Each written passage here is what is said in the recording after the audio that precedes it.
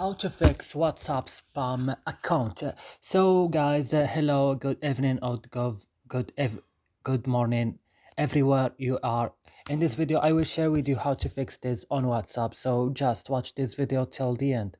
So first you have to open the settings of your device, then go directly to apps or applications.